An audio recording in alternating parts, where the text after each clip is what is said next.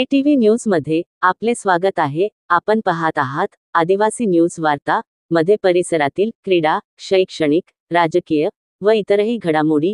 आता पाहूयात सविस्तर वृत्त। आदिवासी न्यूज वार्तासाठी नंदकुमार तोटेवाड। रस्त्याची दुरवस्था, चिखलातून नागरिकांना काढावी लागते वाट। प्रशासनाने तत्काळ रस्त्याची दुरुस्ती करण्याची ग्रामस्थांची मागणी। नागपूर जिल्ह्यातील सावनेर बस स्थानकावर मानसिक रुग्णाचा तब्बल 45 मिनिटे नग्नावस्थेत धिंगाणा। बसच्या खिडकीवर चढत प्रवाशांवर हल्ला करण्याचा प्रयत्न। पोलिसांनी तरुणाला ताब्यात घेत प्राथमिक आरोग्य केंद्रात नेलं। रत्नागिरी तालुक्यातील कळझुंडीत मुख्य रस्त्यावर बिबट्याचं दर्शन। बिबट्या रस्त्यावरच दिसल्यानं कळझुंडी परिसरात भीतीचं वातावरण। अमरावतीच्या पारडी इथल्या रेल्वे भुयारी मार्गात आढळला 8 फुटाचा अजगर। सर्पमित्र आकाश गायधने आणि चेतन माकडे यांनी अजगराला सोडलं जंगलात। नागरिकांमध्ये भीतीचं वातावरण।